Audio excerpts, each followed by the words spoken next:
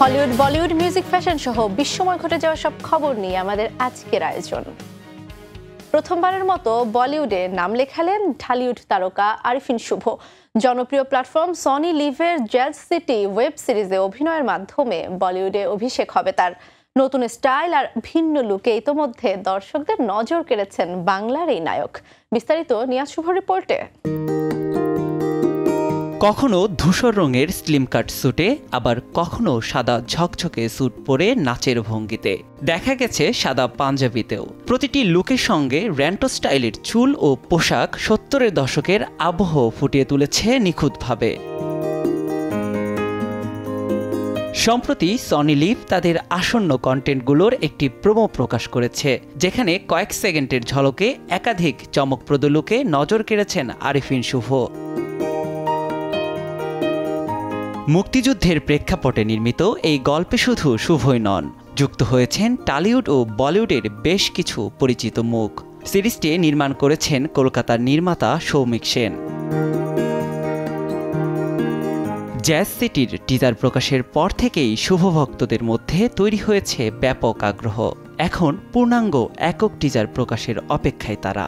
মুক্তিযুদ্ধের প্রেক্ষাপটে তৈরি এই সিরিজ কেবল ভিন্ন স্বাদের গল্পই নয়, বরং শুভর নতুন রূপও দর্শকের জন্য বড় চমক।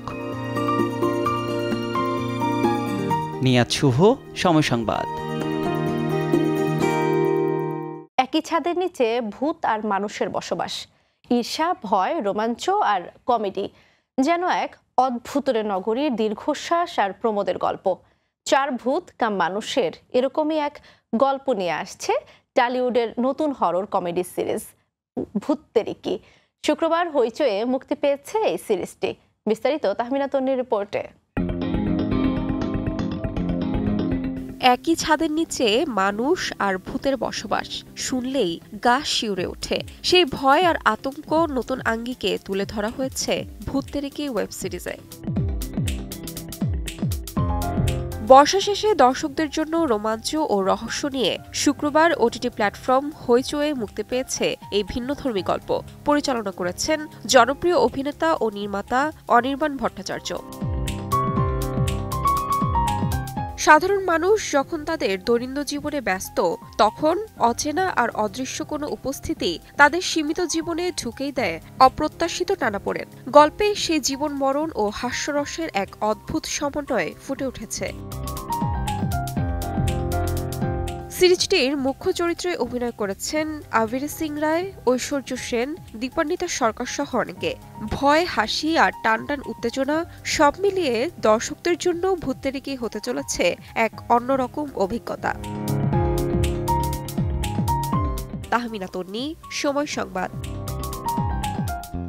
বক্স অফিসে ঝড়, সামাজিক যোগাযোগ মাধ্যমে প্রশংসা আর সমালোচকদের ইতিবাচক মন্তব্য। মুক্তির পর থেকেই আলোচনায় মালায়ালাম সিনেমা লোকা চ্যাপ্টার 1 চন্দ্রা। মাত্র 30 কোটি রুপি বাজেটে নির্মিত সিনেমাটি দেশ বিদেশ মিলিয়ে এখন পর্যন্ত আয় করেছে 203 কোটি। বিস্তারিত নিয়াজ শুভ রিপোর্টে। কেবল দক্ষিণ ভারত নয়, গোটা ভারতীয় সিনেপ্রেমীর দৃষ্টি এখন লোকা চ্যাপ্টার 1 চন্দ্রার দিকে। ইতোমধ্যে বক্স অফিসে নতুন রেকর্ড গড়েছে সিনেমাটি। নারীপ্রধান এই সিনেমায় কেন্দ্রীয় চরিত্র চন্দ্রারূপে পর্দায় হাজির হয়েছেন কল্যাণী প্রিয়দর্শন, যিনি পুরাণ ও আধুনিক বাস্তবতার মিশ্র জগতে খুঁজেছেন নিজের পথ। দক্ষিণ ভারতের ইতিহাসে নারীপ্রধান সিনেমা হিসেবে সর্বোচ্চ আয়ের রেকর্ড করেছে লোকা। এ ধারা অব্যাহত থাকলে এটি ভেঙে দিতে পারে সর্বকালের সবচেয়ে বেশি আয় করা মালয়ালম সিনেমার রেকর্ড। ডোমিনিক অরুণ পরিচালিত সুপারহিরো সিনেমাটির মুনাফা পুরো টিমের সঙ্গে ভাগাভাগি করে নেয়ার ঘোষণা দিয়েছেন প্রযোজক দুলকার সালমান।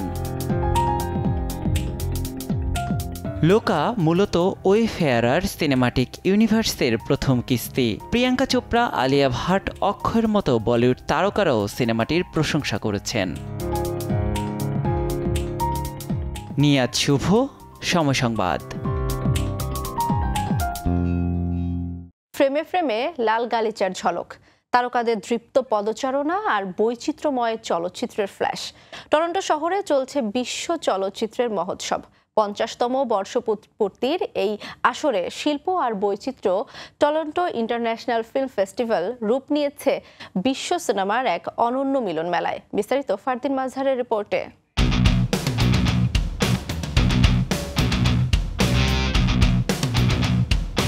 কানাডার সাংস্কৃতিক হৃদস্পন্দন টরন্টোতে 4 সেপ্টেম্বর শুরু হয়েছে টরন্টো ইন্টারন্যাশনাল ফিল্ম ফেস্টিভ্যালের সুবর্ণ জয়ন্তীর মহোৎসব।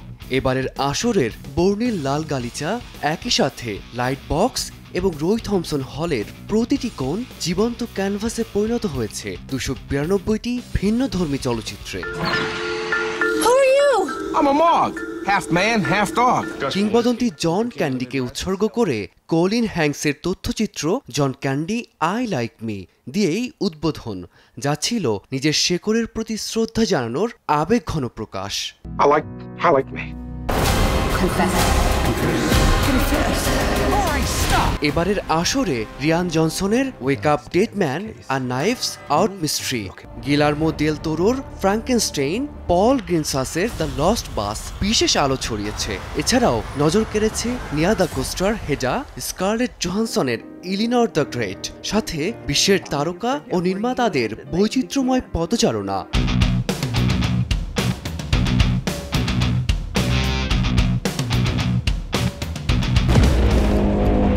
Around 7 and 10 minutes we began to hear gunfire. এছাড়া গাজার যুদ্ধকে ঘিরে নির্মিত দ্য রোড বিটুইন আস প্রামাণ্যচিত্রের প্রদর্শনী ঘিরে ছড়িয়ে পড়ে তুমুল বিতর্ক আর উত্তেজনার পারদ।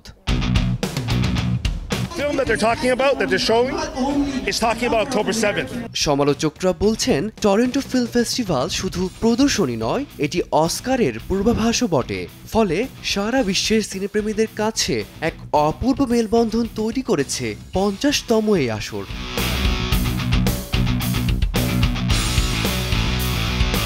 ফারদিন মাজহার, সময় সংবাদ।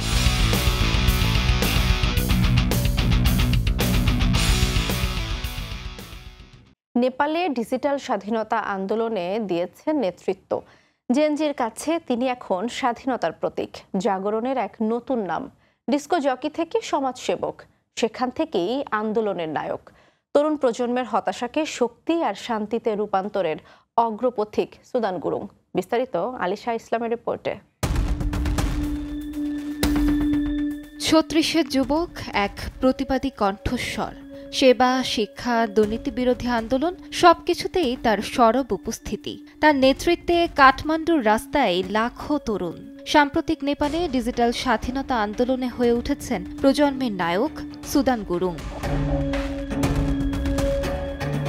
ডিস্কো জকি সুদান 2015 সালের ভয়াবহ ভূমিকম্পে সন্তান হারিয়ে গভীরভাবে জড়িয়ে পড়েন সমাজসেবায়। তৈরি করেন হামি নেপাল নামে একটি স্বেচ্ছাসেবী সংগঠন। ছাত্র যুবক দ্বারা পরিচালিত এই সংগঠনটি নেপালের প্রান্তিক জনপদে শিক্ষা, সেবা এবং সার্বিক জীবনমান উন্নয়নে নিবিড়ভাবে কাজ করছে।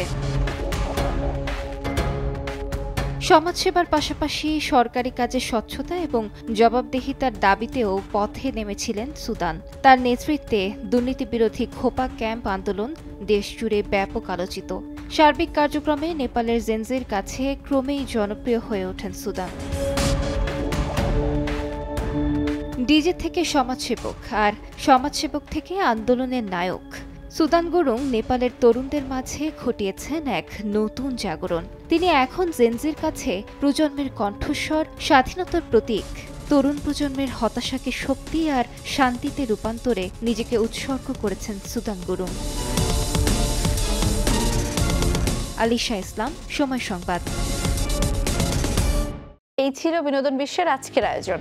সঙ্গে থাকুন সময়।